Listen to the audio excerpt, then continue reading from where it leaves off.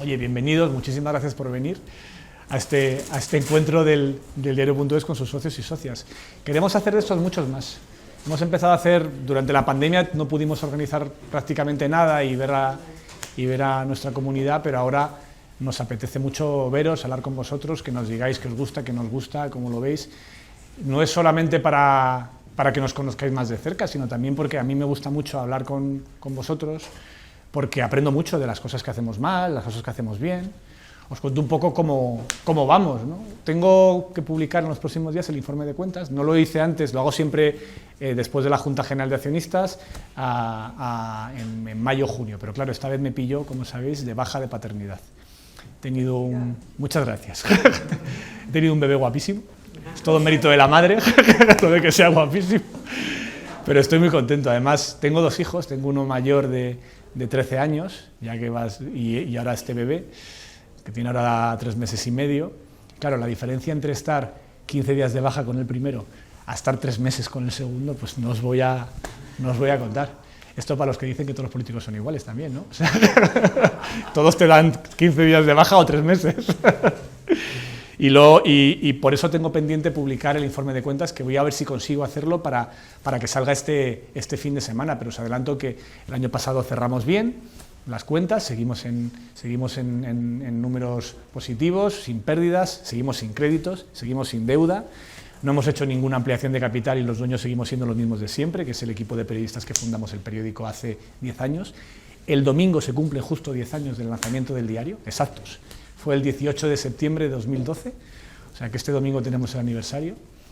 Estamos organizando para la próxima semana, que os habrá llegado a muchos invitación ya, un evento enorme, un festival de 3 días en Valencia. Va a ser espectacular, o sea, tenemos un montón de invitados internacionales, periodistas, políticos, pensadores, científicos, filósofos. Estamos 3 días de conferencias.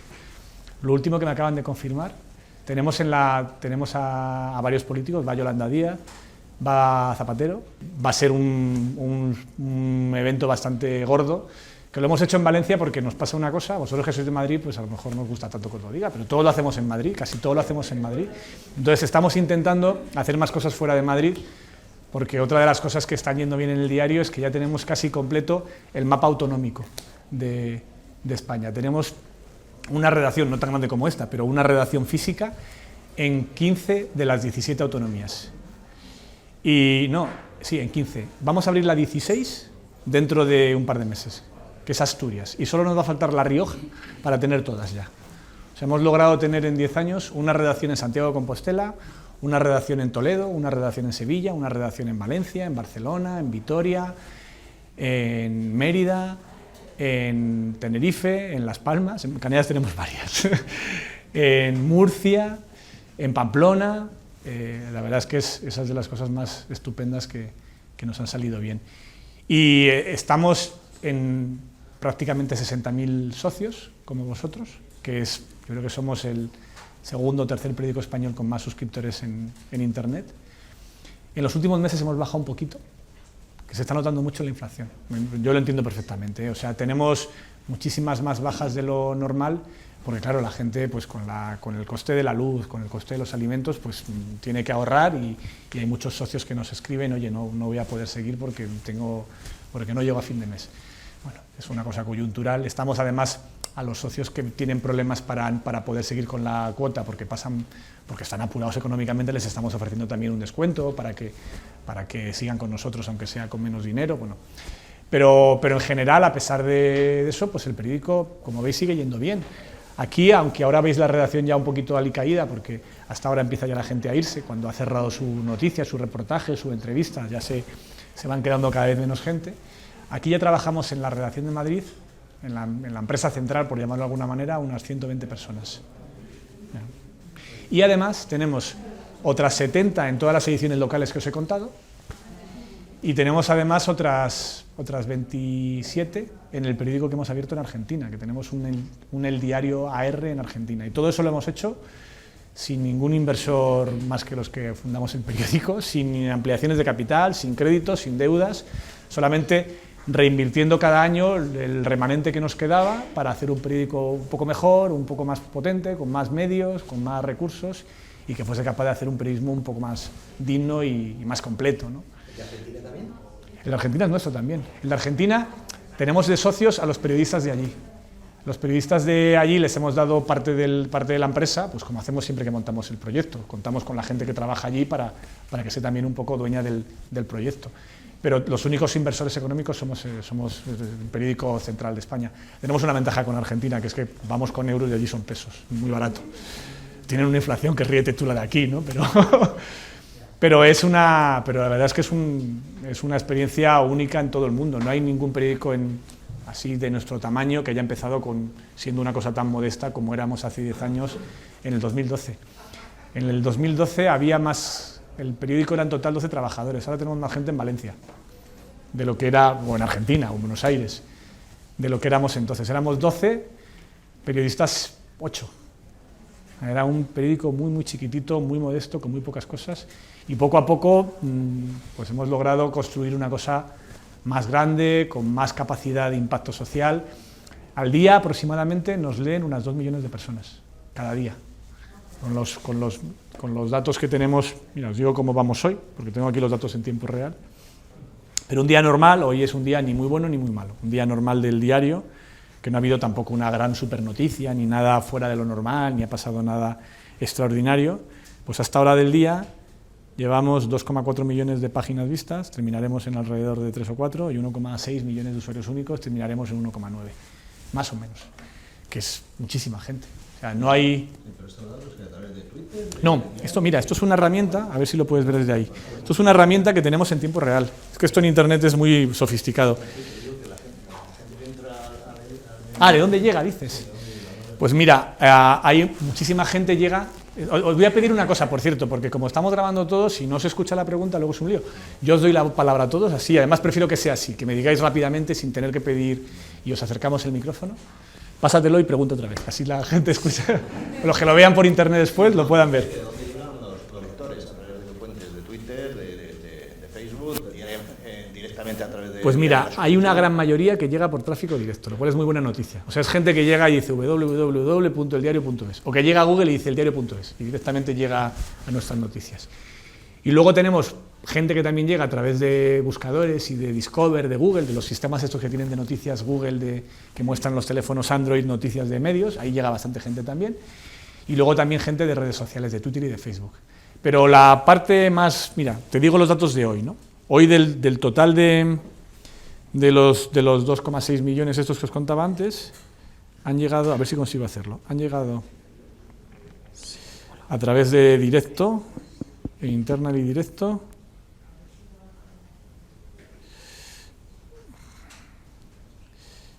pues mira, espera un momento, que no lo estoy consiguiendo hacer bien, voy a reiniciar esto. Lo bueno de esto es que vemos en cada momento qué es lo más leído, dónde está la gente, desde dónde llega la gente. Pues mira, alrededor del 40% es tráfico directo hoy, que es muchísimo. Voy a subir la voz, sí, tenéis razón. Os decía que alrededor del 40% del porcentaje de la gente es tráfico directo, es gente que viene a ver qué damos, a ver qué noticias estamos dando. Y además nos pasa, que eso también es buena señal, que cuando hay una noticia la gente viene a ver qué estamos contando. O sea, que no es tanto gente que se encuentra en redes sociales o en Google nuestras noticias, sino que gente que viene a buscarla, que de forma activa quiere ver qué estamos diciendo. Por aquí. ¿Y qué hacéis con los clickbait? O sea, ¿cómo busco ese equilibrio entre que la gente entre más, porque al final es lo que más os interesa, aunque solo sea por un titular medio...? Pues mira, nosotros es que no nos interesa que entre la gente por un titular. O sea, pensad que cuando cuente las cuentas lo veréis muy claramente. Nosotros tenemos alrededor de la mitad de nuestros ingresos, el 50% es vosotros, o sea, gente como vosotros. 49, 47, 51, tendré que mirar la cuenta exacta, pero es más o menos la mitad de los ingresos. Entonces, para nosotros es más rentable que un lector diga qué bien está hecho esto, qué noticia más bien escrita, a que haga clic y se vaya enfadado diciendo me has tomado el pelo, me has contado algo que luego después me prometías algo en el titular que luego era mentira, me has exagerado la noticia. O sea, nosotros con el clickbait lo que hacemos es salir corriendo o intentar huir del clickbait, porque nuestro incentivo es otro. O sea, lo que mueve a mi equipo no es conseguir que alguien haga clic, sino conseguir algo dificilísimo, que es que alguien después de leer la noticia diga, merece la pena pagar por este periódico. Que además podría leerlo gratis, o sea, ya es querer. O sea, es algo muy difícil, es conseguir que alguien después de leer el medio diga, esto es tan valioso, o es tan interesante, o es tan diferente, que yo necesito apoyarlo.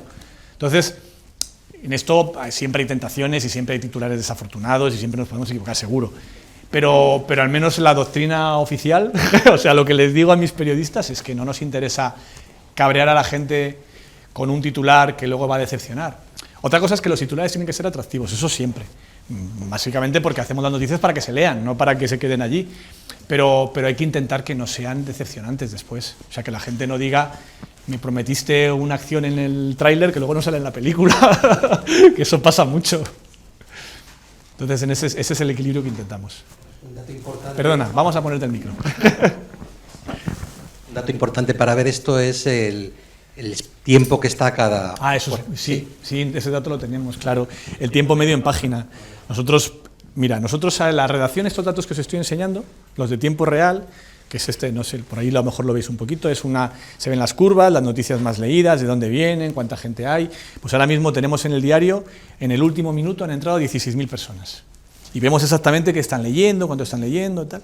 Entonces, un control total, ¿no? Entonces, tú ves las noticias y dices, bueno, pues una de las noticias más leídas del día de hoy es esta historia que ha hecho Pedro Águeda, que es uno de nuestros periodistas que está por allí. Asuntos internos a García Castellón, los audios que desprecia sobre Cospedal tienen relación directa con la Kitchen. Eso ha tenido 3 minutos de lectura, es muchísimo tiempo. Estos datos de tiempo real, que los llamamos de tiempo real, que es en el momento donde la gente está leyendo, cada segundo, que es una cosa increíble.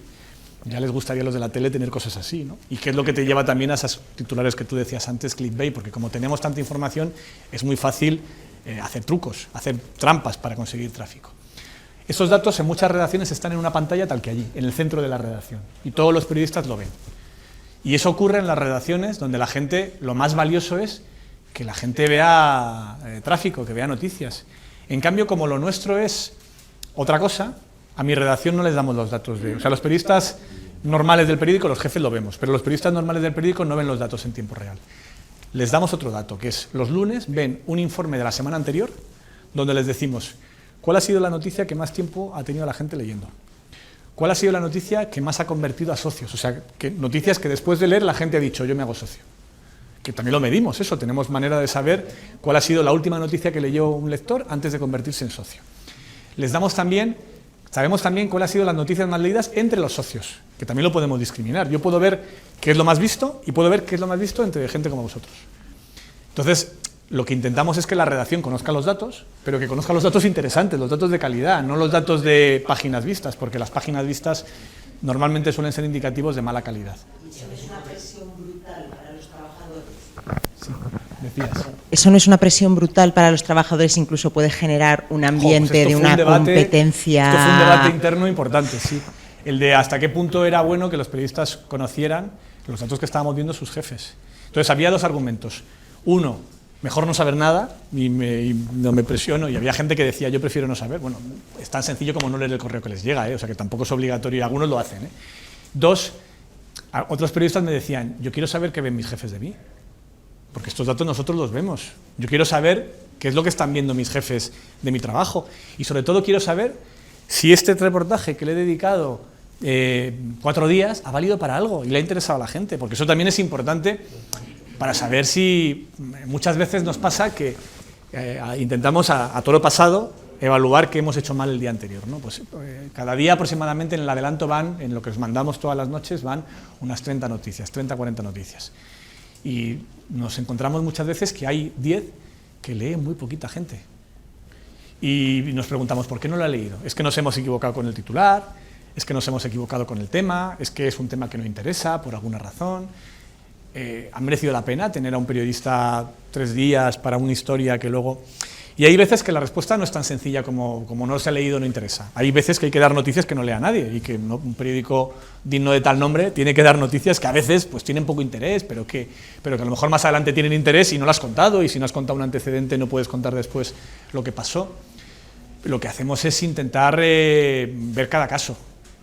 Pero con lo que dices de si es una presión para los periodistas, lo que intentamos justo es eso, tener un equilibrio entre tener algo de información de lo que ha pasado en el periódico, pero que tampoco sea todos los días atornillándote con los datos de audiencia ahí, porque tú imagínate lo que es en las redacciones donde tienes ahí en una pantalla 3 personas leyendo tu noticia, nadie la lee, para el periodista que la ha hecho, ¿no? Aquí es un poco diferente. Bueno, más preguntas, que estoy haciendo respuestas muy largas. Aquí había una. Sí, bueno, antes que nada, enhorabuena. Muchas gracias. Felicitaciones. Yo soy socio de hace 8 años más o menos y fundamentalmente por la información que tenéis de España. O sea, es lo que más me interesaba, lo que más me llamaba. Yo, de España, local, España, sí. Local, nacional.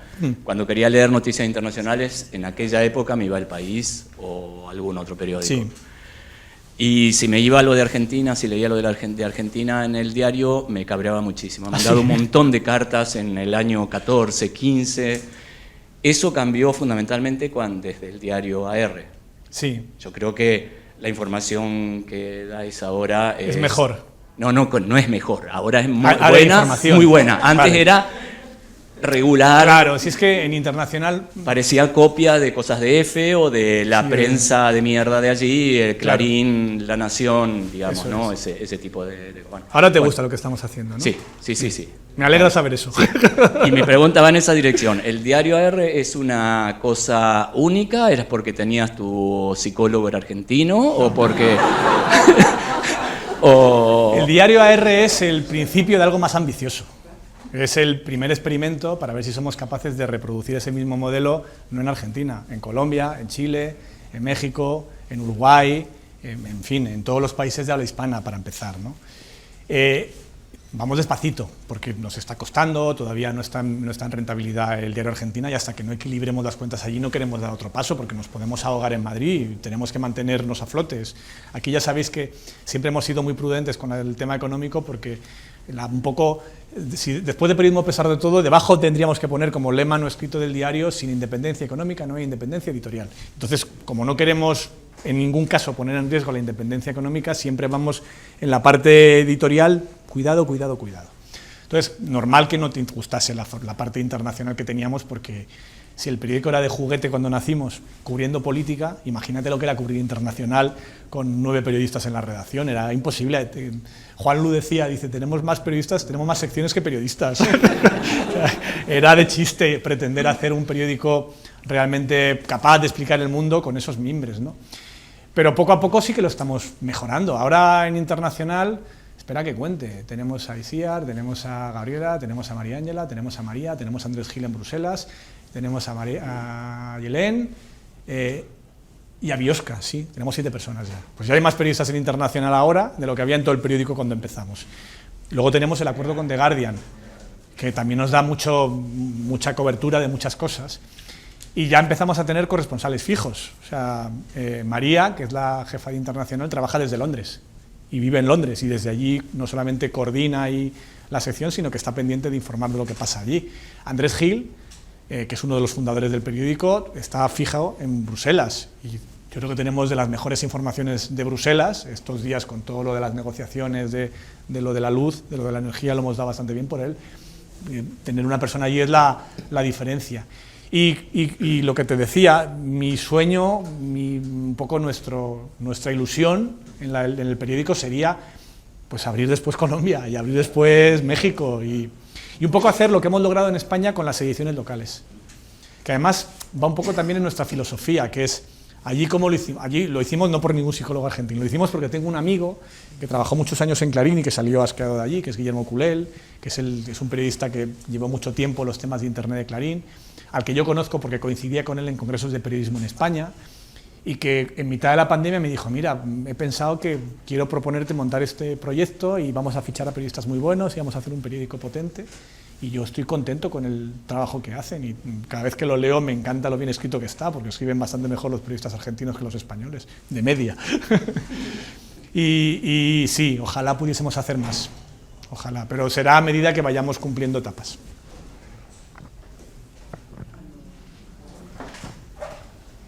Sí, hola. Buenas. Buenas. Mira, yo quería primero felicitaros por algunas cosas concretas. Como tú has hablado, yo soy extremeña y desde luego las noticias que publicáis en la parte regional de Extremadura están muy bien dadas, porque yo sigo también periódicos de allí, lógicamente, y están equilibradas y están muy bien. O sea, ponéis lo que hay que poner, no las chorradas que te pone un periódico local que no interesa, digamos, a los que no vivimos allí.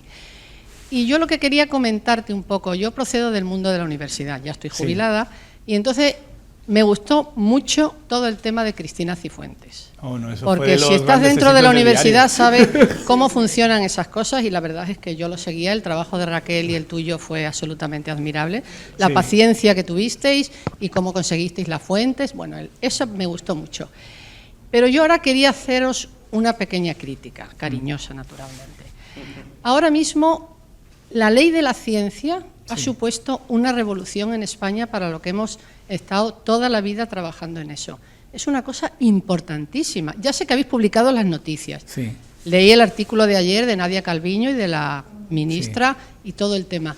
Pero yo echo un poco en falta, sé que es difícil, que publicarais más artículos de fondo de la ciencia actualmente. La ciencia tiene una entidad... Mira, me gustaba muchísimo en el confinamiento y lo seguía siempre en los artículos de Esther Samper, que es una divulgadora magnífica y además es que cuenta lo que hay que contar de cada cosa, porque si no la ciencia transmitirla es muy difícil. Y yo eso un poquito lo echo en falta.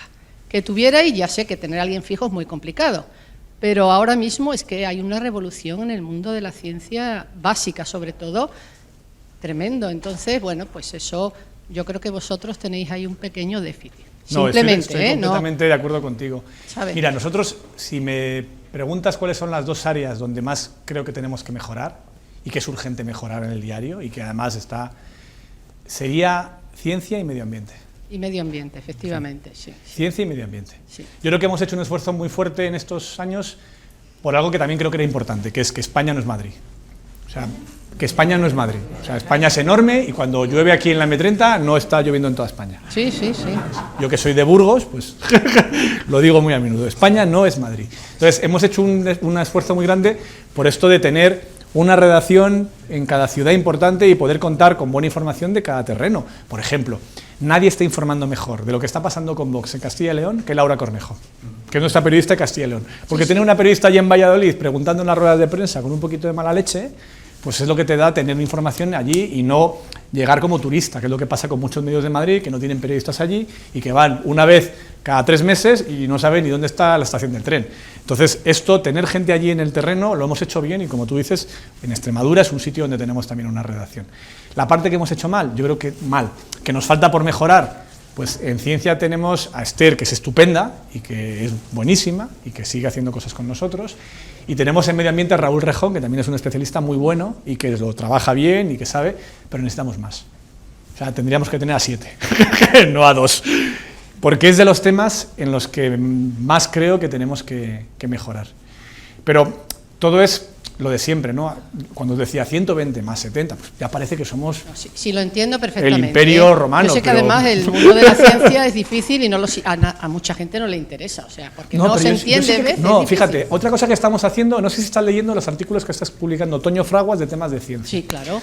Toño está por allí, es ese señor que está ahí a la esquina, un poco canoso, al lado de la ventana. Sí. Toño Fraguas, que es el jefe de cierre, está ahora también, redactor jefe, está muy pendiente también de todos los temas de embargos, que sabes que en las revistas científicas suelen avisar a los medios, ha salido este avance o esta novedad o este artículo importante, nos lo pasan a los medios con un plazo para que podamos prepararlo embargado hasta que se cumpla el día en el que se puede contar, ¿no? Y tenemos a Toño también intentando reforzar un poco ahí, pero estoy de acuerdo, o sea, es de las cosas que más tenemos que mejorar. Quería hacerte una pregunta que no tiene nada que ver con esto. A ver. Has dicho que tenéis ahora aproximadamente 60.000 socios. Sí.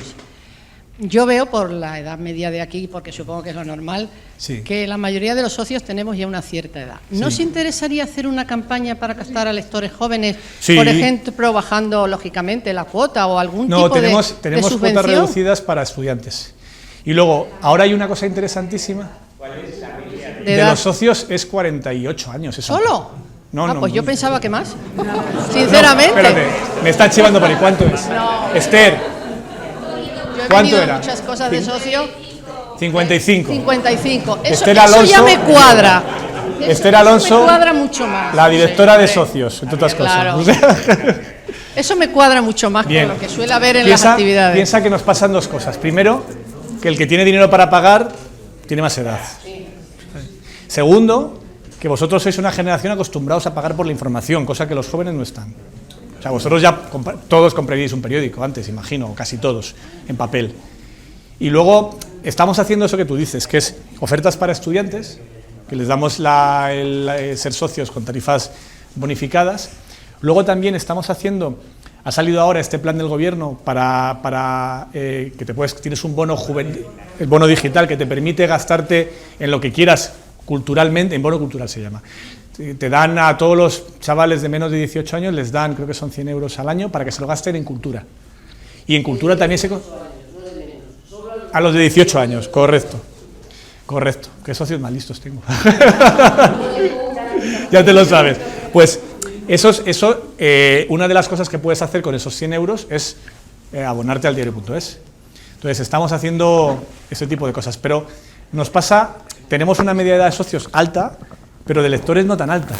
Porque lo que nos pasa es que muchos jóvenes no pueden pagar o no quieren, o no están acostumbrados o se lo gastan en el Netflix, que también lo entiendo.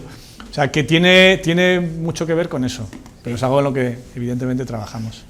En esa misma línea, y como profesores universitarios también aquí estamos Mirta y yo, sé que tenéis convenios con la biblioteca de la Complutense. Sí, exacto, sí. Creo que ese es un buen camino para... Eso sí, desde la biblioteca de la Complutense puedes leer el diario.es como si fueras socio, claro, desde cualquier terminal. Esa sí, es una buena estupendo. línea y creo que hacéis muy bien, y enhorabuena por esas iniciativas, porque efectivamente a mí sí me preocupa que mis alumnos que estudian periodismo... ¿Les das clase de periodismo?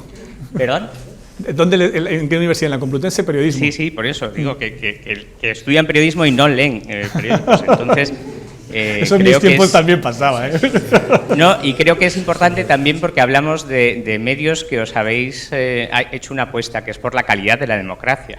Y creo que eso es fundamental. Cuando sabemos que hay tanto poder que está empleando todo su tiempo en que no sepamos las cosas, sí, tenemos que hacer un verdadero esfuerzo, ¿no? Ahora lo último es la gran campanada, que la mayor parte de las cosas se sabían sobre el rey emérito, el salvemos al rey, pero vamos, que lo que nos cuentas tú sobre las amenazas a un tesorero de partido, además, pues se puedes imaginar, en esos grados pues nos preocupa, ¿no? Yo creo que es por lo que tenemos que seguir apoyando el buen trabajo que hacéis, porque estamos hablando de calidad de la democracia y es algo capital si queremos dejar, ¿no?, algo a generaciones venideras. Había una Yo pregunta. Es que lo tenía pedido de antes, ya que tengo el micro al lado. Digo, en esta línea, ya que hablamos de calidad de la democracia, sí, digo que el diario va pues a velocidad de crucero, razonablemente bien, ampliando ediciones autonómicas. Has lanzado ahora tu deseo de seguir, bueno, después de Argentina, si es posible, por Colombia u otros lugares, pero precisamente pensando en la calidad democrática que tenemos en España, si vemos el ecosistema mediático que tenemos, es francamente preocupante, ¿no? Vemos que si el 90% de la judicatura es conservadora, sí, no sé si el 90%, pero igual el 70 o el 80% de los medios son de derecha, son conservadores, ¿no? Y sobre todo las televisiones todas, incluidas las televisiones públicas, también lamentablemente televisión española, ¿no? Entonces es realmente un riesgo serio para la democracia que esto esté funcionando así y arropando y justificando operaciones que todos sabemos claramente. Tú has señalado el Ministerio del Interior, las cloacas. Entonces, la pregunta es, aparte de esta velocidad de crucero que en lo que es el diario llevamos, nos hemos planteado dar un salto más, experimentar en otros medios que no sea solo el diario, no sé si solos o en compañía de otros, pero igual merecería la pena pensarlo, sí, porque todos sabemos, los expertos lo dicen, las elecciones se ganan por sensaciones, por emociones, más que por decisiones concretas de un gobierno. Las sensaciones y las emociones que transmiten las televisiones generalistas, todas, evidentemente no están jugando en favor de la democracia ni en opciones de progreso. Por lo tanto, ahí es donde habría que incidir, y si no lo habéis, te pregunto si lo habéis pensado, pero si no lo habéis pensado, sí, os animo a que lo hagáis, porque estamos necesitando algo en ese sector. Mira, te cuento, además te respondo con toda la sinceridad del mundo. Lo hemos mirado. Algo que no saben, lo hemos mirado. ¿Qué cuesta montar una televisión en España? Una televisión en España me refiero a una televisión que vaya a TDT, porque si no lo que tienes es un canal de YouTube venido a más, o sea, una televisión. Solamente el alquiler de las torres de retevisión para la emisión te vas a unos 6 millones de euros al año, solo eso. Y a partir de ahí sigue sumando. Es decir, una televisión muy barata, muy cutre, muy barata y muy cutre, piensa una televisión como la de los obispos, ¿vale? Incluso más cutre, te vas a 25 millones de euros. 25 millones de euros al año. El presupuesto del diario, de toda la redacción del diario, son 5 millones. Si sumamos la redacción del diario, las oficinas, la tecnología, los viajes, los colaboradores, todo el gasto del diario, nos vamos a 9 millones. 9, 10, no llega a 10. ¿Eh? Claro. Sí, bueno, ya, pero la compañía de otros ya es más complicado. Sí, podría ser, no sé, a lo mejor en el futuro, quién sabe, pero nosotros nos queda grande. Es un poco como en las reuniones de socios cuando hacíamos estas reuniones hace 5 años, todo el mundo nos decía, un periódico en papel, que el periódico en papel es el futuro y que, bueno, el futuro, no nos decían eso, que hay mucha gente que lee el periódico en papel y que es importante que haya un periódico de papel digno y bien hecho y progresista de verdad y honesto y como es el diario. Claro, el problema de eso es que el periódico de papel era un poco como tan ruina como lo que es una tele, que es solo la rotativa, solo la distribución, solo lo básico para imprimir en papel costaba más que toda la redacción. Entonces, nosotros, como os decía al principio, tenemos muy claro que queremos llegar a cuanta más gente mayor, a cuanta más gente posible. Nosotros nunca hemos querido ser un periódico chiquitito y completamente que solamente hable a un pequeño grupo de convencidos, nunca.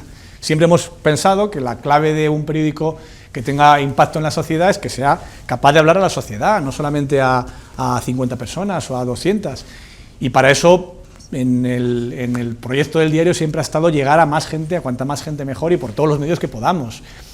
Pero por esa misma razón hemos intentado siempre hacerlo sin meternos en unos costes económicos que nos hundieran todo lo que hemos construido, ¿no? Entonces el problema es ese, el problema es que es económico. Y luego también que a la tele en abierto le pasa un poquito lo que le pasaba a los periódicos en papel en el año 2000. O sea, yo creo que la tele está hoy como estaban los periódicos de papel en el 2000. No han llegado ni siquiera han llegado a la cima, les falta todavía algunos años de crecimiento, pero ya empieza a verse el final del ciclo. Cada vez hay más gente que ya se informa de otras maneras, que no ve la tele en abierto, que para el entretenimiento menos aún, con las series. Entonces nosotros... ¿Vehículos de desinformación? Bueno, eso además, pero muchas veces sí, claro que sí, pero la clave de eso es que tenemos que intentar que todos los pasos que demos en el diario no pongan en riesgo lo que hemos construido ya, que es... que a mí me dicen hace 10 años que íbamos a tener esta redacción, 60.000 socios, una delegación en Argentina, y digo, venga ya, o sea, vamos, no me lo hubiese creído ni de casualidad, porque ya nos conformábamos con conseguir pagar los sueldos de los 12 locos que montamos el invento. Ya nos parecía la leche, era casi un autoempleo. No nos podíamos ni imaginar que fuésemos capaces de hacer algo tan... Ahora mismo somos uno de los 5 periódicos más leídos en España, que se dice pronto. Y siendo como somos un periódico que cuesta la quinta parte que cualquiera de los 5. pero todos los pasos que demos en esa dirección tienen que ser siempre con muchísimo cuidado para no poner en riesgo lo construido. Por aquí o por allí, no sé. Aquí vamos a hacer lista porque si no, no hay manera. Que sois varios. Hola, ¿se oye bien? Te escucho. Sí. A ver, quería comentar. Quería hacer primero una sugerencia y después una pregunta que abarca distintas cosas. La sugerencia que quería hacer. Yo, cuando he dejado comentarios, no todas las veces, pero alguna vez me he avergonzado de mis propios comentarios por los problemas de edición, que a lo mejor me captaba erratas.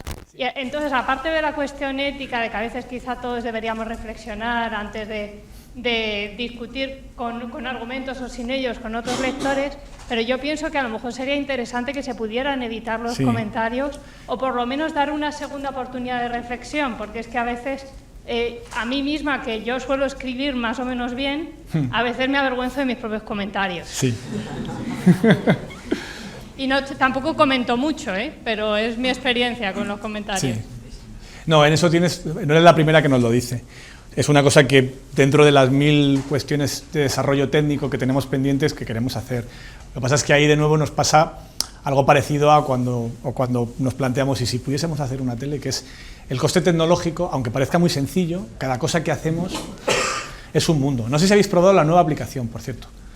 Bajadla, descargadla, actualizarla, porque es la nueva app. Hemos hecho una app nueva para móvil, que es que hay que actualizar o descargarla en el Android o en el iPhone, o actualizar la que tenéis. Es mucho mejor, pero nos ha costado 2 años hacer la nueva aplicación, porque tenemos, creo que son, ¿cuántos son los informáticos, Esther?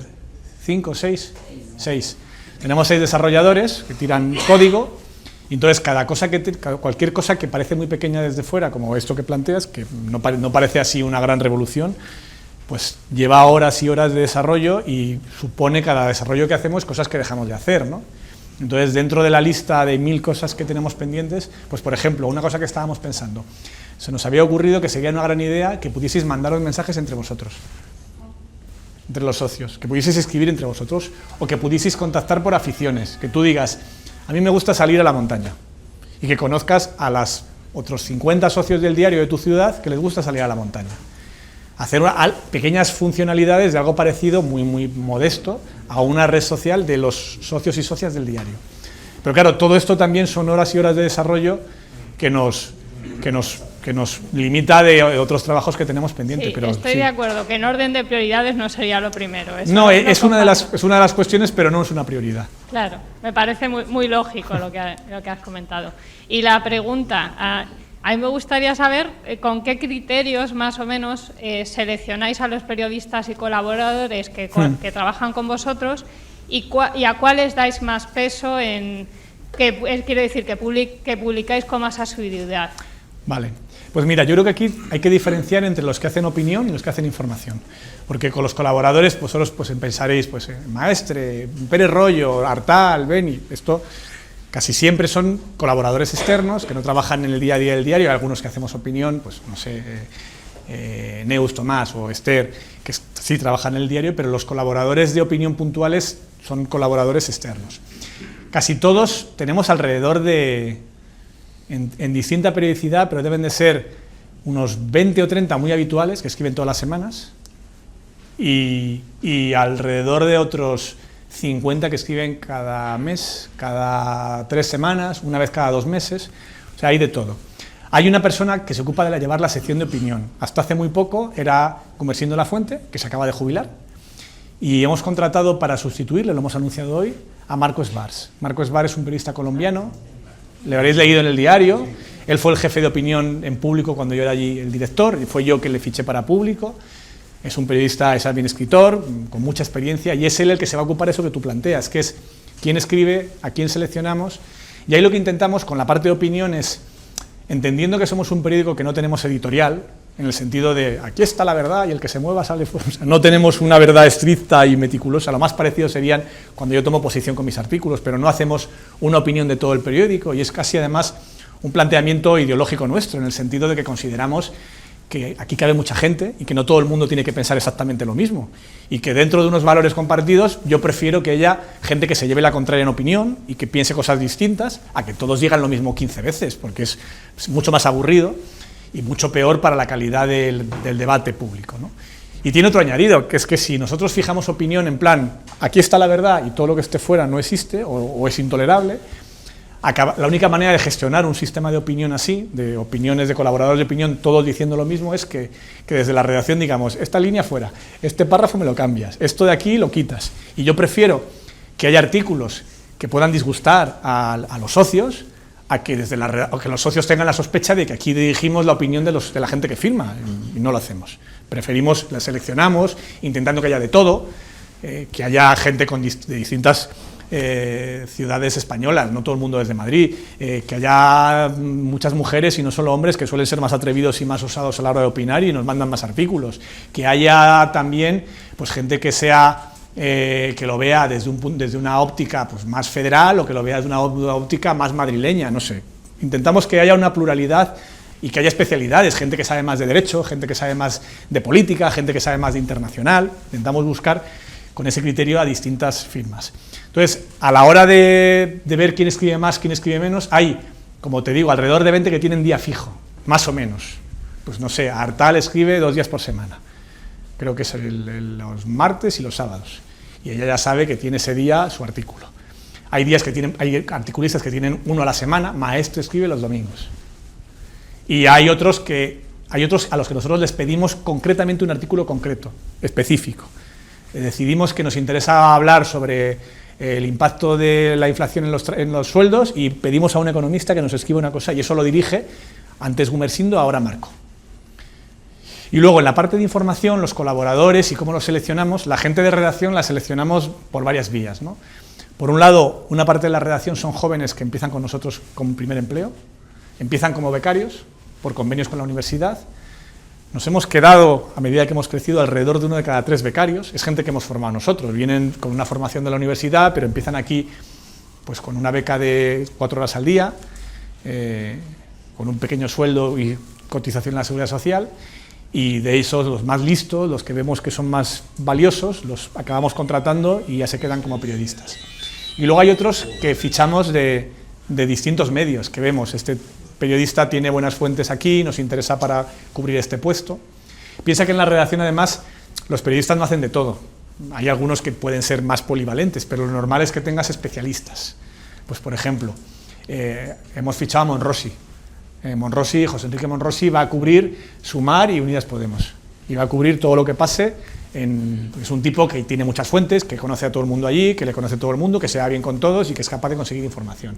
O Pedro Águeda, pues Pedro Águeda, que es el que lleva a tribunales, investigación, antes lo hizo en Público y antes de eso lo hizo en Europa Press, esa misma área. Entonces conoce a los jueces, conoce a los policías, y ahí esa selección la hacemos intentando que haya gente veterana con fuentes que pueda formar a los estudiantes o los periodistas más jóvenes que empiezan con nosotros y crecen con nosotros. Muchas gracias. A ver, id apuntando al orden de llegada porque vamos a tener un problema. A ver, bueno, voy a ir muy rápido. Sí. Quiero dar una alabanza a que lo puedan leer los no socios. Lo pueden. Eso me parece bien, que guay. Y bueno, Ana Requena en género, que me encanta. Estaba por aquí hace un rato, creo que se ha ido, pero estaba por aquí hasta que final. no corráis el riesgo de convertiros en El País, que lo dice mucha gente. Fíjate, yo creo que El País acabó, sobre todo en la época de Caño, traicionando tanto a sus lectores y enfadando a tantos lectores, no porque hubiese malos periodistas allí, que hay periodistas estupendos, ni porque no hubiese una voluntad de todos ellos de hacer... Si el problema siempre es económico. O sea, por eso doy tanto la lata con proteger la independencia del periódico, mantenerlo controlado, la propiedad, de que los dueños somos pues, los que aquí trabajamos, básicamente. No tenemos inversores, pues no sé, peligrosos accionistas capitalistas como mi madre, que puso 10.000 euros de sus ahorros para ayudar al chaval. Y cosas así. Es todo familia y amigos los que en su momento pusimos el dinero para poner en marcha el periódico. Porque gracias a eso es como conseguimos mantener la decisión aquí. O sea, que aquí nos podemos equivocar, podemos fallar en un enfoque, podemos equivocarnos en una cobertura, podemos meter la pata y que haya un titular que nos diga un socio, pero ¿cómo habéis puesto esto? Seguro. Pero lo que no hay es una mano detrás de nuestra cabeza diciendo ahora por aquí y ahora por allá. No, eso no pasa. O sea, aquí acertamos y nos equivocamos por mérito propio, nunca por mérito ajeno. Sí. Bueno, luego voy aquí, que es que sí. Sí. No, yo quería preguntaros por curiosidad, ¿cómo cuántas cosas os veis obligados a callaros de lo que sabéis que no decís? Pues mira, ahí hay muchas razones. Hay muchísimas cosas que estamos obligados a callarnos. Pero la inmensa mayoría de las veces, por no decir todas las veces, tiene que ver con que nosotros no nos podemos permitir que cuando digamos que Cifuentes tiene un máster regalado, luego sea falso. O que no lo podamos demostrar, ni siquiera que sea verdad. Que no lo podamos demostrar. O sea, nosotros te refieres al diario. Al diario, sí. No, bueno, en teoría tienen que ser los periodistas, pero hay otros que tienen otro campo de juego, ¿eh? O sea, que pueden meter la pata impunemente y no les van a condenar en un juzgado. Nosotros sí. Entonces nosotros vamos con muchísimo cuidado, con pies de plomo, porque sabemos que cualquier tropiezo que tengamos con una información nos van a dar en la cabeza. Entonces vamos siempre con muchísimo ojo de esto lo podemos demostrar, esto lo podemos probar, esto estamos seguros de que vamos a tener las pruebas, los papeles para demostrar que esto es así. La carta de la puerta, sí, cosas así, ¿no? En el caso de la puerta, Claro, yo tenía un testimonio directo de un testigo directo de la reunión, o sea que no estaba mal, pero me podía haber dejado tirado, siendo la noticia cierta. Podía haber dicho, vaya lío, que estás metido, ¿no? Qué mala suerte. Y afortunadamente dio la cara, pero ahí me la jugué un poco. Ahora nos pasa mucho que incluso teniendo la información de fuentes anónimas, pues según qué cosas yo no me atrevo a publicar en fuente anónima. O sea, nosotros, para que entendáis un poco cómo funciona nuestro trabajo, hay cosas que evidentemente tenemos que demostrar lo que publicamos y no publicamos rumores. Cuando utilizamos lo que se llama fuente anónima, que es alguien nos ha contado algo y lo reproducimos, un poco te la estás jugando, porque es una fuente que es cierta. Nosotros desde luego no nos inventamos las noticias, y es cierto que alguien dice algo, pero cuando alguien imputa a alguien un delito de cualquier tipo, no te vale con fuente anónima, tienes que tener un papel. Yo, de hecho, si me diese un consejo a mí mismo cuando publiqué la noticia que me llevó a un juzgado con Ignacio González, había dicho quieto, cuidado, porque me fui con una fuente anónima a contar un caso de corrupción. Tenía razón, acabé ganando el juicio, pero podía haberlo perdido perfectamente, ¿no? Y por eso nos callamos muchas cosas por esa razón, porque entre tenerlo y poder probarlo va mucho trecho. Y ahí es, por un lado, muy apasionante, porque aquí en esta redacción ves cosas que no ves en ningún sitio, ¿no? O sea, sabes cosas, y a la gente como yo, que soy curioso, pues aunque no lo puedas contar, el poder conocer qué pasa de verdad en muchos ámbitos es valiosísimo. Pero al mismo tiempo a veces es frustrante. Te pongo un ejemplo muy concreto. Yo sabía que había sobresueldos en el Partido Popular, por fuentes. No tenía ni un papel, ni tuve la osadía de publicarlo solo con fuentes, porque estaba acusando a toda la cúpula del partido de gobierno de España de un delito. Pero sabía que estaba pasando, desde hace bastante tiempo, y estuve intentando a ver si conseguía el papel, pero no lo logré. Si vais al artículo que publiqué cuando salieron los papeles de Bárcenas, ahí explico que es cierto, que yo lo sabía y que no lo pude publicar. Y me pasa ese tipo de cosas, me pasan un montón de veces.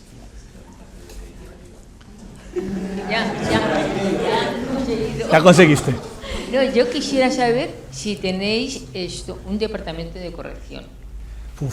A ver, tenemos un departamento de edición en la mesa. De edición, no de corrección. Es más, va ligado, porque es las dos cosas. No solamente es corrección ortográfica, que es una cosa que tengo muy presente porque mi madre es filóloga y ha trabajado mucho tiempo de correctora. Y me mete unas broncas con eso que tú... Sí, como es una profesión a extinguir, a mí me da una pena tremenda.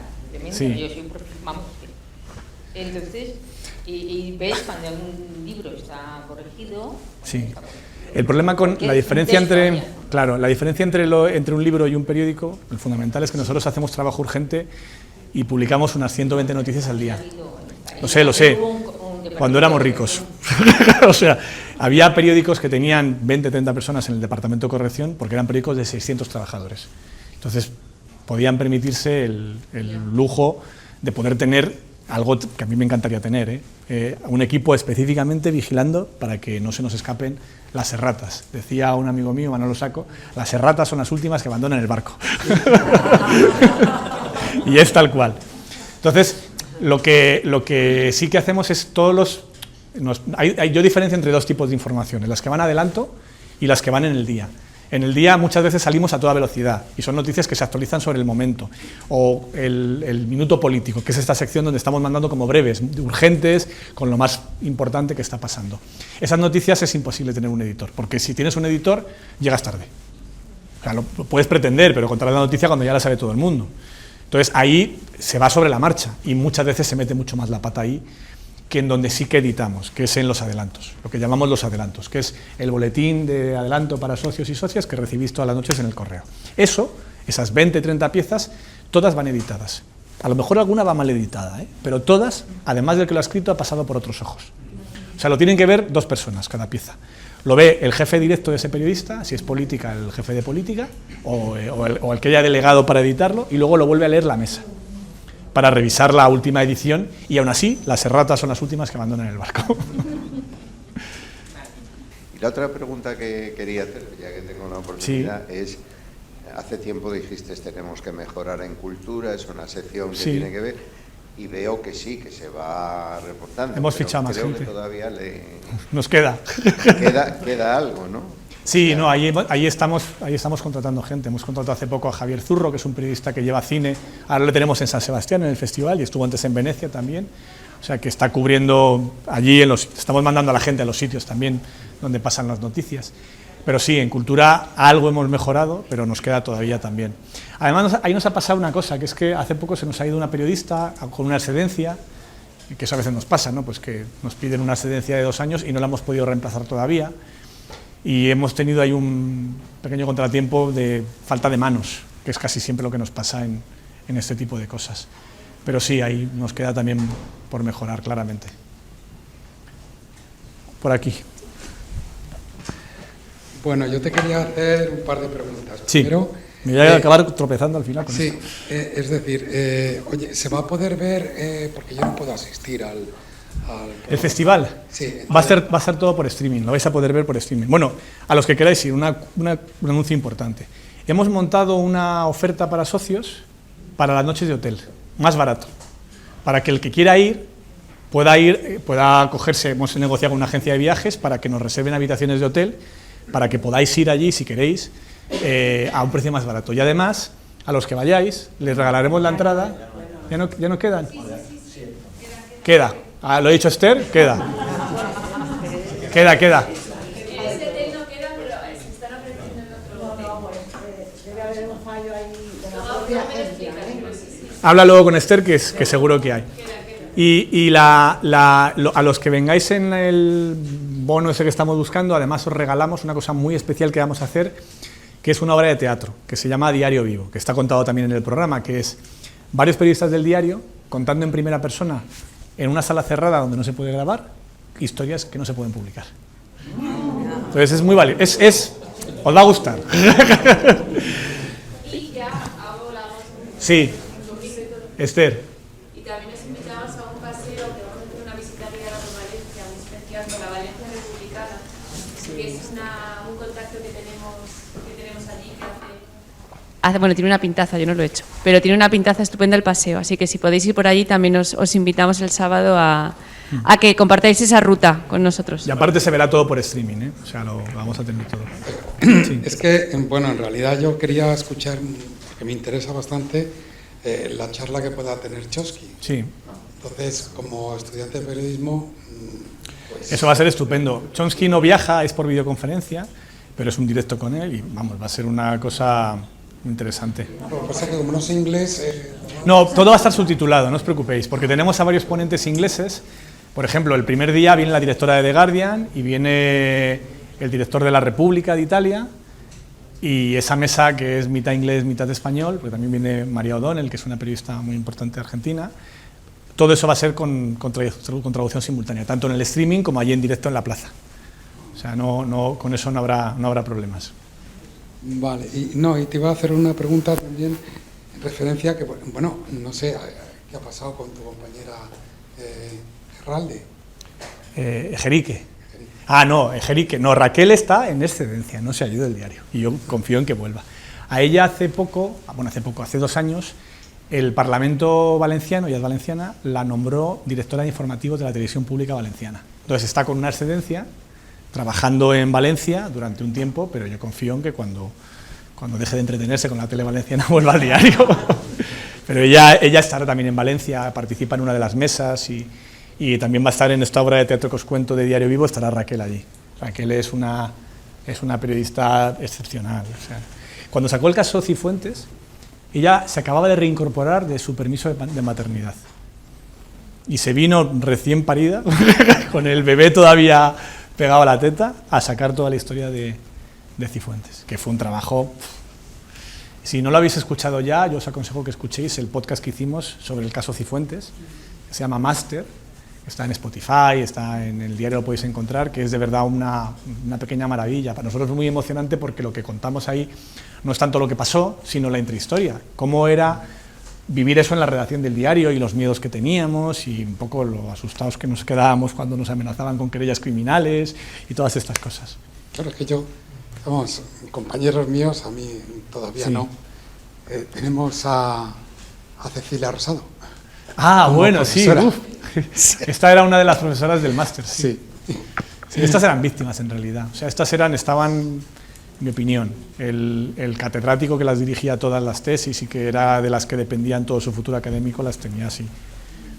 Era una manera de funcionar en la que había el director de la URJC, que ya se murió, tenía un control sobre la vida profesional de todas las que estaban allí. Mis discípulas las llamaba y las en fin, las trataba fatal, y yo creo que todas ellas acabaron participando en la falsificación del papel porque el otro las obligó. Claro, hay compañeras mías que no dan crédito, ¿no? Sí. Aquello fue terrible porque,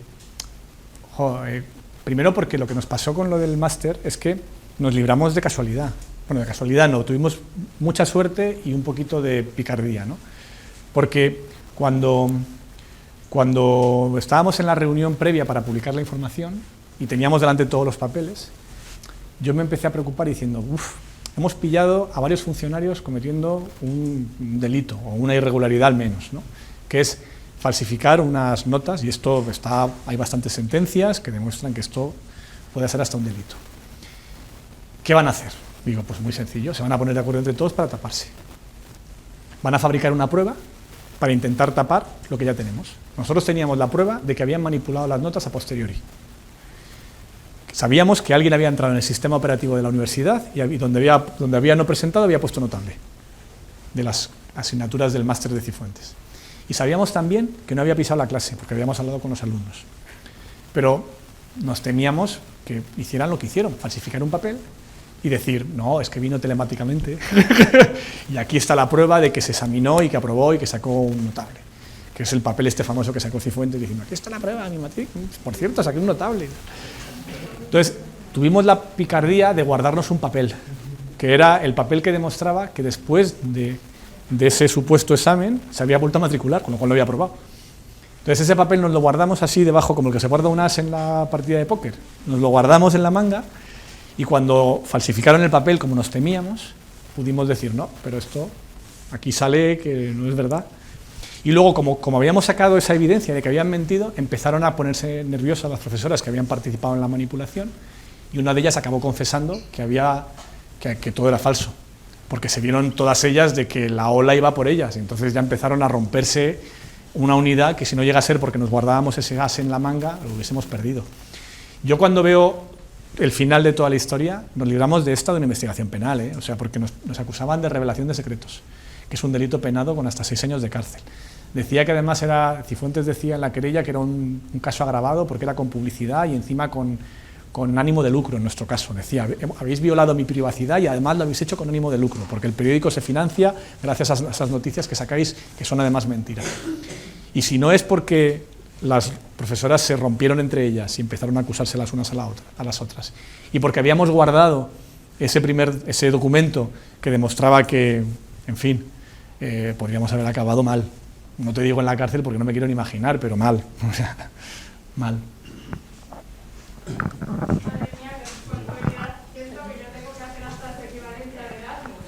Sí. Sí. Es así. Sí, hola. Buenas. Mira, yo te quería preguntar por si tenéis ideas para desarrollar, de cara un poco también a lo que decían antes los compañeros ahí, para atraer un poco al público más joven, todo el tema del desarrollo de la sección audiovisual. Sí, bueno, ahí estamos. Los nuevos formatos o si tenéis ideas al respecto. Estamos haciendo cosas un poco así osadas. Estamos haciendo un canal de TikTok, que es algo que donde están la gran mayoría de los jóvenes, ya no ni en Instagram y por supuesto no están en Facebook, están en TikTok. Estamos haciendo podcast, no solo el de Juanlu, que es estupendo, sino que vamos a hacer más todavía. Y luego yo creo que la manera de tener lectores jóvenes es tener periodistas jóvenes. O sea, esto lo decía mucho en mi época de cuando me encargaron en público, cuando me pidieron, haz un periódico para jóvenes, y dije, pues hay que contratar a periodistas jóvenes para que hablen de lo que les interesa a los periodistas jóvenes. Y aquí es un poco lo mismo. Aquí tenemos muchos periodistas de menos de 30 años, que en su manera de... Si yo intento pensar, yo tengo ya 46 años, si intento pensar cómo lo ve un chaval de 20, pues me lo tengo que imaginar, ¿no? Entro en régimen de emulación. Para un chaval de 20 pensar que le interesa es lo natural, no tiene que suponer nada, ni tiene que imaginarse nada, es lo que le interesa a él. Entonces creo que la manera de tener más lectoras es tener más periodistas mujeres, la manera de tener más jóvenes es tener más periodistas jóvenes. Y eso te lleva Ahora, por ejemplo, hemos nombrado como redactora jefa a una periodista de 28 años, Marta Barandela, que es una chica que empezó prácticamente de becaria en el diario y que ha ido porque es muy buena y tiene mucho criterio y es además la persona que trabaja por la mañana en el periódico desde las 7 hasta las 2 en el primer turno de actualidad, que es el más duro. Ella estaba como jefa de sección y la hemos ascendido a redactora jefa. Claro, a Marta, que tiene 28 años, los problemas de una chica de 28 años, no le tienes que explicar qué le interesa a una chica de 28 años. Y creo que la fórmula para lograr lectores jóvenes es esa. Sí. Luego vas tú, que llevas un buen rato, ¿eh? Sí. Oye, para un crecimiento ordenado y que no tenga las hipotecas de capital, ¿os habéis planteado de todos modos ampliar de alguna manera la posibilidad de aportaciones reducidas de incremento de capital que no sea solo los iniciales que empezasteis con la aventura? Me voy a morder la lengua porque Esther si no me va a decir que no debo contarlo. No lo voy a contar todavía. Contaré algo en esa línea en el cierre del Festival del Diario de la próxima semana en Valencia. Pero sí, por contestarte en corto, una de las opciones que siempre hemos pensado, si el periódico tiene una necesidad económica, es abrir el capital a los socios y socias del diario y que podéis ser pequeños accionistas.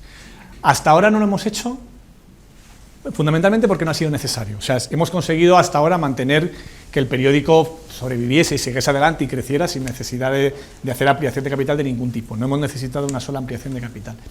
Pero desde luego, si llegase el momento en que fuese necesario, yo creo que tendríamos que empezar por la gente que nos lee. Porque además, es que es muy importante que no llegue un fondo de inversión o un banco y se compre el 40% del periódico o el 60%. Y que la única manera de que el periódico sea de verdad independiente es que en la parte económica lo sea. Yo soy el principal accionista del diario. Soy el más grande de todo. Ni siquiera yo tengo el 50%. O sea, yo soy minoritario también. Yo solo no puedo decidir por todo el periódico y creo que es bueno que sea así. Y además que cuando yo tengo que decidir por el periódico, con la gente que trabajamos aquí, los que trabajamos aquí, que hay muchísima gente, somos ahora 25 accionistas, y de los 25 accionistas ha habido algunos que han entrado, que han salido. Lo que hacemos siempre que un accionista se quiere ir es que lo compre alguien que trabaja aquí, esas acciones, para que siempre esté todo dentro del equipo que trabajamos aquí. Y cuando yo me reúno por la mañana en esa sala que habéis visto aquí detrás, que es la sala de reuniones, para ver a las 9:30 de la mañana de qué va el día, allí estamos la mayoría de la empresa. O sea, allí está el capital. Y eso nos da una autonomía enorme. Entonces, cuando llegue el momento, lo que tú dices es una de las ideas que tenemos previstas. Y luego allí, que te llevas un rato. Yo quería saber si alguna de las empresas que se publicitan en el diario.es ha intentado en algún momento que no se publicara algo o con amenaza de quitar la cuenta o lo que fuera. Nos ha pasado en alguna ocasión que anunciantes han quitado la publicidad, sí nos ha ocurrido. Sí. La publicidad, que se han enfadado con nosotros y han quitado la publicidad. ¿Se puede saber? Nunca he querido, claro, siempre he relacionado con ellos. Nunca he querido contarlo, de decir, menganito nos ha quitado la publicidad, tal empresa o tal otra, porque me parece... O sea, yo no quiero que... Yo lo que les digo a los anunciantes es, oye, si queréis anunciaros bien, si no queréis anunciaros muy bien, pero no pretendáis que la publicidad sirva para comprar la información, no vengáis. Entonces, por esa razón, cuando ellos piensan que por poner publicidad tienen derecho a que una noticia no salga y se van porque creen que les hemos traicionado, no lo quiero ni contar, porque me parece que es una manera de dar una importancia a algo que no debería tenerla. Oye, tú estás aquí no porque pensases que podías comprarnos, sino porque esto es un periódico atractivo para un anunciante, porque somos un periódico muy leído. Si tienes, ¿cuánto vale un anuncio que van a ver 2 millones de personas? Pues vale mucho. Nosotros, luego así nos va, y con este discurso nosotros tenemos unos ingresos publicitarios que son ridículos comparados con nuestra audiencia. El año pasado creo que en total en publicidad fueron 5,5 millones, que parece mucho dinero, pero pensad lo que es eso para un periódico de este tamaño. Es muy poco. ¿Cuál es la ventaja? Que nos puede pasar esto, que haya un anunciante que diga, pues me voy y pues vete. ¿Se puede conocer alguno de ellos? No lo quiero contar. Es que lo digo porque es que no quiero tampoco hacerlo, pero porque no quiero tampoco que los anunciantes piensan que si se van les voy a acusar público, porque tampoco quiero que se queden por eso. Entonces prefiero no contarlo nunca, ni cuando vienen ni cuando se van, porque me parece que, oye, lo que no voy a callarme es la noticia. Eso sí lo voy a dar. Yo muchas veces a la redacción les cuento siempre una frase que repito mucho, que es: los problemas de la redacción no son problemas de los lectores.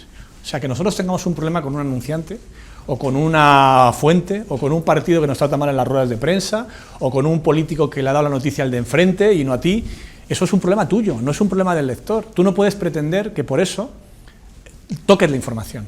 Y con la publicidad es un poco lo mismo. Yo quiero que aquí estén anunciantes porque de manera honesta piensen que les interesa llegar a un montón de gente que además no leen otro periódico, porque para llegar al votante conservador y a la sociedad más conservadora, mira que hay medios, pero para llegar a personas como vosotros no hay tantos, y vosotros consumís como todos los demás, como cualquier ciudadano, pues compras, viajas, tenéis un coche alguno de vosotros, otros no, no sé. Eso es atractivo desde un punto de vista publicitario, pero lo que no voy a hacer nunca es que aquí haya anunciantes porque crean que si no están les vamos a dar una leche, o al revés. Pero sí, claro que nos ha pasado varias veces. No lo sé, puede ser, pero si es que ese equívoco lo tienen muchísimas empresas y lo han hecho con otros medios, o sea que tampoco... Y acertarás. No suele ser marketerías Paco, ¿eh? O sea... Yo solo quiero hacer un comentario respecto a esto de gente un poco más joven. Sí. Tengo 30 años, tampoco... Bien. No soy tiktoker de 20 tampoco, pero... Tú ya te llamarán boomer ya dentro de nada. Sí, ya mismo. Pero quiero, o sea, es como felicitar. A mí me gusta mucho y creo que he convencido a un par de amigos. A mí me convenció una amiga para hacerme socio. También viví fuera y era como que era una manera como de integrarme muy bien. El boletín de Juanlu me encanta. Es buenísimo. Y creo que es una manera de gente igual de nuestra generación, como que llega muy fácil a las noticias, bien contadas, y ya tú luego te metes en lo que te interesa, incluso las curiosidades del final, o sea, muy bien. El podcast también, el hecho de que se incentive con las revistas también me parece como una idea chula. Que colaboren con, o sea, colaboréis con The Guardian o con ahora la sede argentina y tal, esa parte internacional que a lo mejor esta generación pues como que también te llama. Sí. Luego la parte regional esta de que pues yo soy de Andalucía pero vivo en Madrid hace años, o sea, como que era simplemente, como se ha mencionado, como desde mi generación, ¿qué es lo que te interesa? Sí. Una felicitación a que ese tipo de cosas me parece que son un acierto. Lo del boletín es muy importante, yo me imagino que casi todos lo conocéis, el que hace Juanlu por las mañanas, es estupendo. Es estupendo. Yo no hago más que felicitar a Juanlu por lo bien que lo está haciendo, porque él tiene... Sabéis que la frase de periodismo a pesar de todo se le ocurrió a él. Es de Juanlu. Es muy buena. Yo te quería preguntar por la relación con los políticos, sí. Sobre todo con los políticos de izquierdas, ¿no? Uf. A propósito del libro de David Jiménez, ¿no? Del director, ¿no? Sí, sí, sí. A ver, yo estoy... como en mi trabajo, hablando permanentemente con políticos. Yo hablo permanentemente con políticos, de izquierdas y de derechas también. O sea, me veo con ellos, como con ellos, me tomo cafés con ellos e intento conseguir información. Lo que no tengo, ni creo que vaya a tener nunca, es un político amigo. Alguno tengo fuera de la política, expolíticos. Pero políticos en activo, no. Suele ser una relación que funciona como los boxeadores que están noqueados. Muchas veces los políticos te abrazan para que no les golpees. Para que no les golpees. Como los boxeadores noqueados, ¿no? Te intentan abrazar para que no les... Claro, es que... Y luego te pasa a decir, pues este tipo con lo simpático que es, ¿cómo le voy a dar esta hostia? O sea, intentan jugar con tu empatía, ¿no? Y verte y conocerte para que de esa manera poder después que te duela un poco, que la suavices cuando te toque y tal. Nosotros intentamos que a pesar de eso no nos afecte. Y a mí, por ejemplo, me ha pasado en algunas ocasiones, pues un ejemplo muy concreto. Yo tenía, no te digo que fuésemos amigos, pero tenía relación con Carmen Montón. Nos veíamos, comíamos, hablábamos, me parecía una tipa bastante interesante, una ministra de Sanidad con experiencia en lo suyo, que sabía que había hecho un buen trabajo en la Consejería de Sanidad en Valencia, que yo tenía de verdad buena opinión de ella. Claro, hasta que pillamos el máster de Carmen Montón, que era de la misma camada que los de la Rey Juan Carlos. Pues no dejamos de dar la noticia porque hubiésemos comido con ella o eso, desde luego, nunca. Siempre, no es tan directo, pero sí que te llaman para contarte, oye, es que esto, joder, no has tenido en cuenta esto otro, intentan convencerte. Pero yo lo considero es legítimo, o sea, me parece que está bien. Yo les atiendo siempre cuando llaman porque creo que yo también recibo algo a cambio, que es una información. Esto es cómo funciona por dentro, ¿no? O sea, todos los periodistas... Tú no puedes informar sobre política viéndolo por la tele nada más, sin hablar con ellos. Porque además, lamentablemente, la política son dos cosas. Está la representatividad y la realidad, ¿no? A veces es como una obra de teatro, donde dicen unas cosas en el Parlamento y luego después fuera te dicen otras distintas. Y para explicar el conjunto, tienes que entender la realidad. Y solo lo consigues si hablas con ellos, no lo puedes ver solamente como si fuese un espectáculo televisivo, porque entonces te equivocarás. O sea, que estás un poco obligado, si cubres política, como si cubres tribunales, hablar con jueces, o como si cubres laboral, hablar con los sindicatos y con la patronal. O sea cual sea tu área, tú tienes como periodista la obligación de intentar hablar directamente y no a través de intermediarios con la fuente. Y la fuente es el ministro, no su jefe de prensa, o la ministra, o el diputado tal, o el Pascual. Eso es parte del trabajo que hacemos siempre. Y intentando siempre eso, que no te pase lo del boxeador, ¿no? Que no te abracen para que no les golpees. Sí, yo quería... Sí. Bueno, primero felicitaros. Muchas gracias. Y bueno, me había anotado yo aquí la posibilidad de los podcasts pensando en los jóvenes, sí. ¿no? Y también pensando en los invidentes. Cierto. Porque es una forma de ampliar, por desgracia es un colectivo... Una cosa que hemos mejorado un poco es que la web antes tenía muchas dificultades para el software que utilizan las personas invidentes para poder leer la página, que no estaba tan bien hecho como debería, y ahora está algo mejor. Teníamos problemas antes con eso. Sí, luego también quería saber si también valoráis las noticias, que había pedido la palabra hace mucho ya, volvemos casi al principio, sí. ¿No?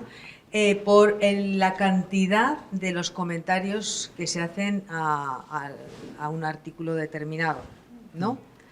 Si eso realmente... No es un indicador. Mira, normalmente los comentarios lo que reflejan es las polémicas y los temas espinosos, pero no la audiencia. Y luego nos pasa permanentemente que los comentarios no reflejan la opinión mayoritaria de los socios y socias, sino de los que están enfadados con un tema concreto. Y que de repente sale ahí y dices, wow, pues... Un ejemplo muy, muy concreto, yo qué sé, The Guardian, ¿no? Hay unos socios, una parte de nuestros socios, que no les gusta nada que tengamos The Guardian. Yo creo que se equivocan. Que The Guardian es un periódico, para empezar, es un periódico con un sistema de propiedad muy distinto a una empresa privada. No sé si sabéis cómo funciona. The Guardian era de un rico, es un periódico con 150 años. Un millonario que antes de morirse creó una fundación y entonces esa fundación la dejó blindada económicamente para que tuviese lo que se llama el Scott Trust, que es una especie de modelo británico de fundación en la que hay una serie de activos económicos que generan dinero con el que se paga ese periódico. Es decir, que tiene una autonomía muy diferente al Washington Post, que es de Bezos, por poner otro ejemplo, ¿no? Pero hay socios que consideran que The Guardian es un periódico pro-yankee. Digo, hombre, está en inglés, pero es el Reino Unido, ¿no? Es verdad que son un poco más sajones, pero no. Y que están enfadadísimos. Hacemos encuestas, como sabéis, regularmente preguntamos a los socios, ¿qué os parece? The Guardian saca un 8. O sea, 8 sobre 10 es la nota de The Guardian entre nuestra comunidad de socios. Pero si tú lees solo los comentarios, la conclusión que sacas es tendríamos que quitarlo mañana, porque la inmensa mayoría de nuestros socios están en contra, y no es así. O sea, los miramos y estamos pendientes de ellos, yo los suelo leer, en ocasiones también respondo, en algunas ocasiones, pero no sirven para medir ni el interés, ni tampoco la representatividad del total de los socios. O sea, eso sí nos ocurre muchas veces. Bueno, y luego insistir en el perfil de los socios. Efectivamente somos personas ya con bastantes décadas de edad, pero también sí es verdad que me gusta mucho cómo cuidáis los artículos y cómo cuidáis los titulares, porque normalmente nos gusta leer la noticia. Yo, si tengo tiempo para leerme solamente 2 noticias, me leo solamente 2 noticias. No pincho en 20 titulares, porque es muy importante que las noticias sean un análisis. Digo esto, que ya lo sabéis, porque cuando hagáis el podcast de cara a los jóvenes, es muy importante seguir una línea argumental, porque los podcasts, cuando son demasiado breves, yo sé que el público joven no aguanta mucho ni leer ni escuchar, ¿eh? Entonces, va a ser muy difícil seguir la línea argumental. Es que a mí me parece fundamental que a la hora de dar noticias sigáis en esa línea de análisis y de dar una información, pero que no rompáis, que no se quede en un titular un poco más largo. Sí, eso nos pasa. Sí. Yo intento insistir mucho a los periodistas también en que cuando escriban una noticia intenten hacerlo para que el lector no tenga que conocer las 10 anteriores para entenderla. Sobre todo con temas muy complejos, pues por ejemplo lo del Constitucional de estos últimos días, el bloqueo del Poder Judicial que está haciendo el PP, ahora en la última batallita en el Constitucional. Pues insisto mucho a los redactores que cubren esos temas de que tengamos cuidado para que no se quede, para que se entienda, para que no haya en ningún caso, pues eso, cosas por sabidas. Y eso es complicado, a veces no lo conseguimos. Ya. Y luego, por último, creo que habría que mejorar algo los contenidos de consumo claro.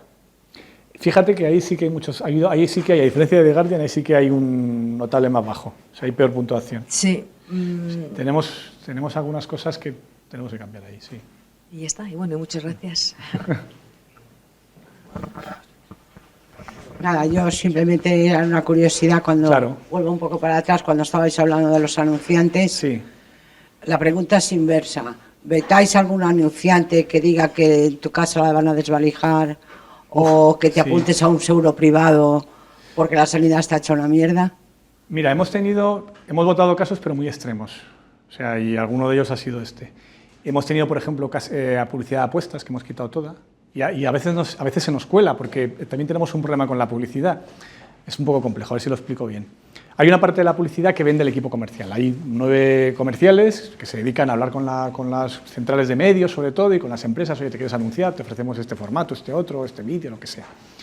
Y luego hay otra parte de la publicidad que es lo que se llama programática, que son códigos. Son códigos que van a un sistema de subastas a través de Google normalmente, pero no es el único proveedor, y que lo que hace es, por medio del historial de navegación de los lectores, les ofrece publicidad a la carta. Esto es lo típico de que miras una aspiradora en Amazon o en el Corte Inglés y te está persiguiendo como una peli de terror por todas las páginas. Eso es la programática. Entonces, el problema de la programática es que no tenemos control sobre el anuncio que ve cada anuncio que ve, porque es distinto. Tú ves uno, yo veo otro, tú ves otro. Entonces ahí se nos cuelan cosas terribles. Se nos han colado estafas. Bueno, en realidad no se los cuela a nosotros, se le cuela a Google y de Google llega a nosotros, pero se nos han colado estafas del tipo el método que utiliza Amancio Ortega para ser millonario, y es una estafa.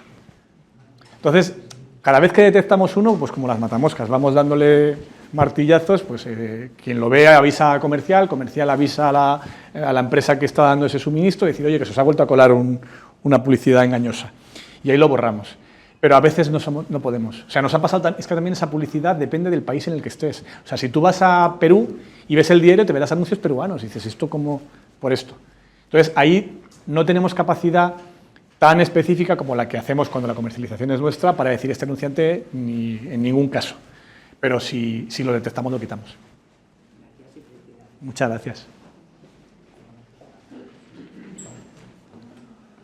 Bueno, vamos a hacer ya 2 últimas, que estamos ya... Son las 9 ya y es tarde. Yo tengo un bebé que tengo que bañar. Lo hago. Esta mañana he estado... Estoy trabajando mucho desde casa, lo saben mis compañeros. Bueno, yo, primero que nada, felicitaros, vamos, de verdad.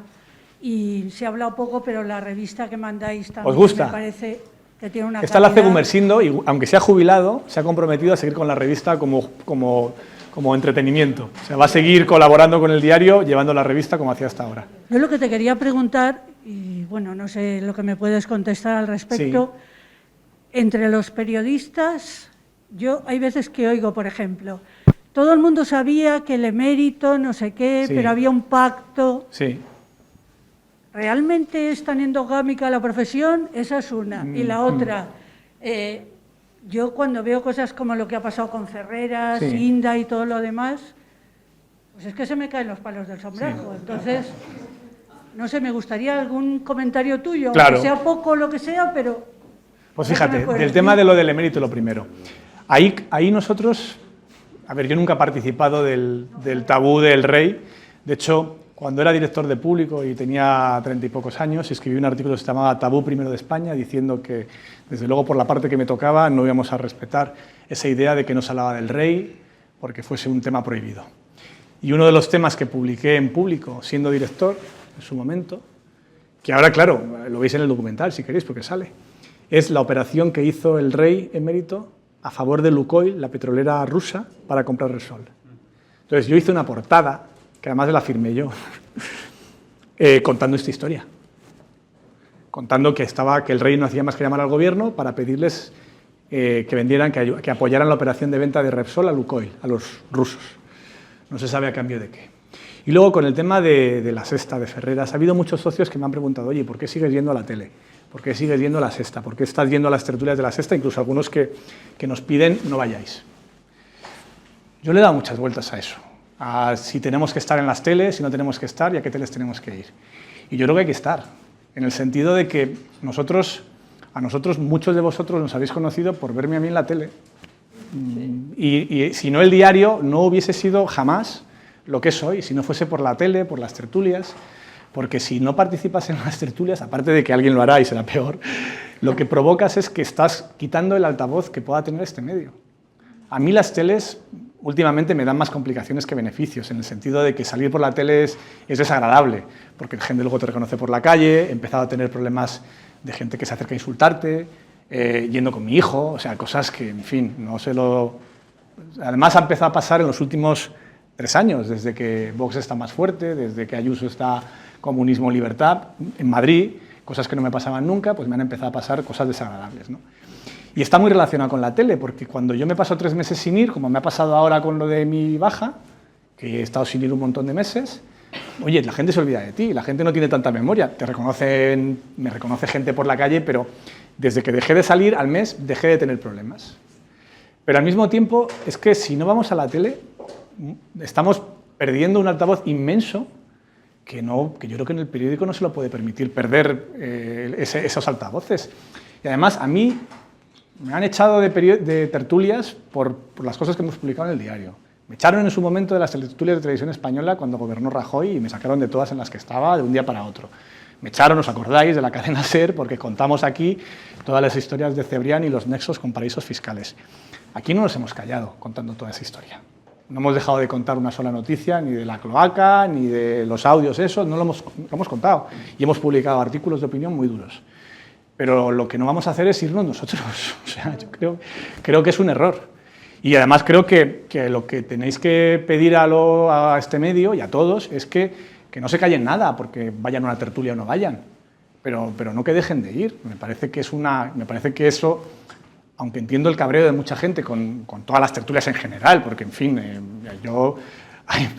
Maraña dice una frase muy famosa, lo conté alguna vez, dice, salía de las esta noche y me daban ganas de seguir conduciendo hasta Portugal. O sea, salir no de la tele, de España, ¿sabes? Agradable no es. O sea, hay muchas veces que dice, yo que he hecho mal en la vida para acabar aquí discutiendo a las 2 de la mañana. Pero al mismo tiempo creo que hay que estar, que no podemos no ir de los sitios. Pues seguimos haciendo cosas juntos. Ya no somos accionistas de Infolibre, porque el editor de Infolibre, que es José Miguel Contreras, ha llegado a un acuerdo con Prisa y está haciendo cosas con Prisa, entonces a él y a nosotros nos pareció que era incompatible. Entonces lo que hicimos fue vender nuestro 10% de Infolibre a cambio del porcentaje, del 1% que él tenía del diario, para cambiar de acciones. Pero seguimos colaborando con ellos, tenemos una cuota conjunta y seguimos haciendo cosas. Y luego yo es que allí los conozco a todos o a casi todos, porque Infolibre sabéis que nace a la vez que nosotros del colapso de Público. Cuando Público quiebra y nos manda a todos al paro, o a casi todos, el periódico se convierte en una fracción del periódico que fundamos. De ahí salen un montón de proyectos que somos todos pues, amigos y vecinos. Pues sale La Marea, sale El Diario, sale Alternativas Económicas, sale Mongolia, sale Materia, la revista esta de ciencia que ahora está en El País, sale Libero, una revista de deportes en papel, y sale, por supuesto, Infolibre. Y somos todos compañeros. Yo a Jesús lo fiché para Público cuando yo era director y vino como subdirector, era el número 2 del periódico. Y luego, en la última época, él era mi director, porque yo era un colaborador de opinión y hacía las columnas y el director era Jesús. Entonces, tenemos mucho... Sobre todo, lo que tenemos en común es que la empresa es muy parecida en conceptos, ¿no? De vamos a intentar hacer las cosas apoyándonos en los lectores, colaborando juntos. Había un problema probablemente para fusionarlo, porque es que el problema de fusionar 2 periódicos tan similares es que teníamos un montón de socios cruzados, hubiésemos perdido ingresos, no hubiésemos generado... Era más valioso mantener los 2 medios por separado, pero colaborando y cruzando. Hemos también colaborado con ellos con tecnología, ellos han hecho un rediseño y un nuevo sistema de gestión de socios con la tecnología que hemos desarrollado en el diario. O sea, seguimos haciendo cosas. Oye, muchísimas gracias. Me he ido un poco de hora. Muchas gracias.